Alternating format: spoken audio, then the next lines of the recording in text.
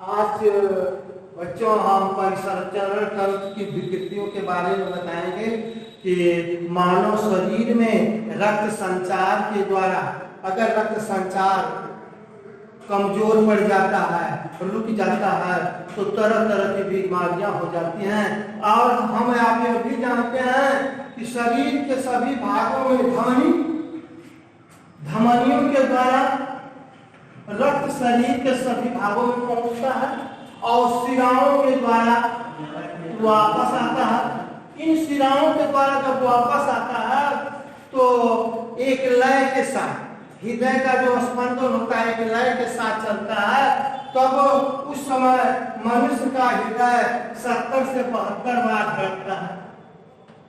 और कभी कभी आप देखते हैं कि हम आप गुस्सा कर जाते हैं, झगड़ा कर जाते हैं, तो उस समय शरीर के तापमान में अधिक होने के कारण 120 से 125 बार धड़कन हो जाती है, जिसमें हार्ट अटैक की संभावना हो जाती है।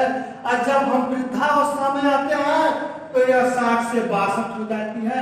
तो इस प्रकार की जो गतिविधियां हैं धमनी शिराओं जो कनेक्टिव टिश्यू की बनी होती है। दूसरी चीज कि जब रक्त का प्रवाह शरीर के सभी भागों में होता है तो कनेक्टिव टिश्यू की बनी नलिकाएं एक धारा प्रवाह से एक दिशा होती है और फिर वापस आती है। तो उच्च रक्तदाब 180 से 120 से 80 mm होता है। जब शरीर में इसका ताप अधिक हो जाता है तब हमको उच्च ताप यानी हार्ट अटैक की बीमारी होती है। यह बीमारी जो है हृदय की कमजोरी यानी ये धड़कन निलयों पर प्रभाव डालती है, जिससे हमारा 120 से 180 से अधिक हो जाता है, हृदय चाप बढ़ जाता है। साथ साथ मस्तिष्क तथा वृक्क जो वृक्क हमारा है, आप जानते हैं कि हमारे अशुद्ध रक्त को वृक्क ही फिल्टर करता है। और वृक्क की विशेषता है कि हमारे शरीर में 5 लीटर रक्त है तो 24 घंटे में इसको फिल्टर करने में उसे 120 लीटर बना देता है। और जब यह कार्य करना बंद कर देता है तो हमारी धमनियां सिकुड़ने लगती हैं, तब हमें हार्ट अटैक होता है। उच्च दाब कहते हैं हाई ब्लड प्रेशर हो गया। दूसरी चीज हृदय धमनी रोग जब धमनी तथा शिराएं पतली हो जाती है, शरीर में चर्बी की मात्रा अधिक हो जाती है, रक्त प्रवाह जो है एक क्रम से नहीं पाता, रुक कर पाता है। कभी कभी ये भी देखते हैं कि रक्त प्रवाह जिन भागों में नहीं होता है वो ये सुना हो जाता है, तो कहते हैं फला को लकवा मार दिया, आंख चाहे दाहिने चाहे हाथ पर किसी अंग में। तो यानी जो हृदय धमनी रोग है इसमें क्या रक्त आपूर्ति में जब रुकावट होती है तो यह रोग होता है। और धमनी के अंदर जो धमनियां हैं जिससे रक्त बहता है उसमें कैल्शियम है, वसा और ऊतक के जमने से यह बीमारी हो जाती है। और बीमारी हो जाने के कारण हृदय धमनी रोग से यह किसी भी अवस्था में स्त्री पुरुष को हो सकता है। चौथा हृदय शूल का मतलब है सीने में दर्द, पीठ में दर्द। यह बीमारी किसी भी अवस्था में किसी भी पुरुष स्त्री को हो सकती है।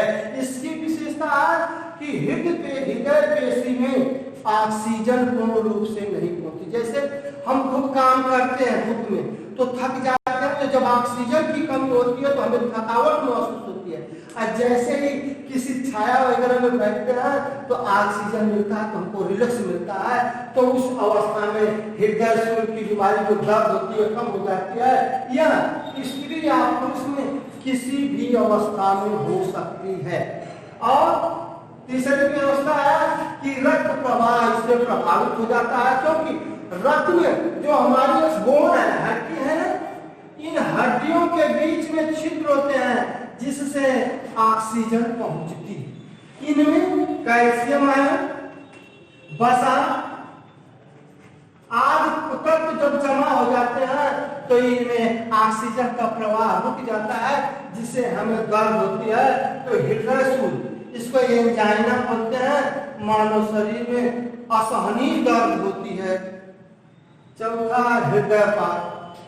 यह हृदयपात का मतलब है हार्ट अटैक।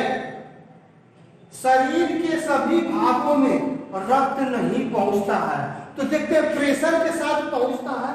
तो जैसे एक ट्यूबवेल से पानी चलता है ना, अगर वह पाइप से जुड़ा हुआ है और पाइप कहीं मुड़ जाता है तो या तो पाइप फट जाएगा और या तो क्या होगा, ट्यूबवेल बंद हो जाएगा।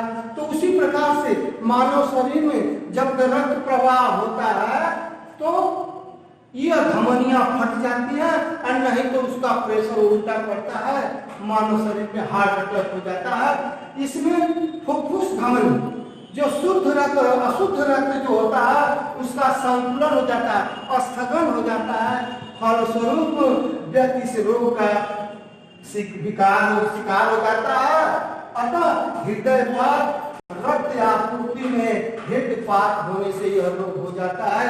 इस प्रकार से मानव शरीर में परिसंचरण की विकृतियां उच्चता 120 से 80 से अधिक होने पर होती है।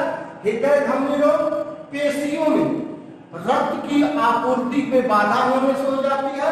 हृदय से यह ऑक्सीजन न पहुंचने से होती है और हृदयपात शरीर के सभी भागों में रक्त न पहुंचने के कारण इस प्रकार के रोग के हम क्या हो जाते हैं, शिकार हो जाते हैं।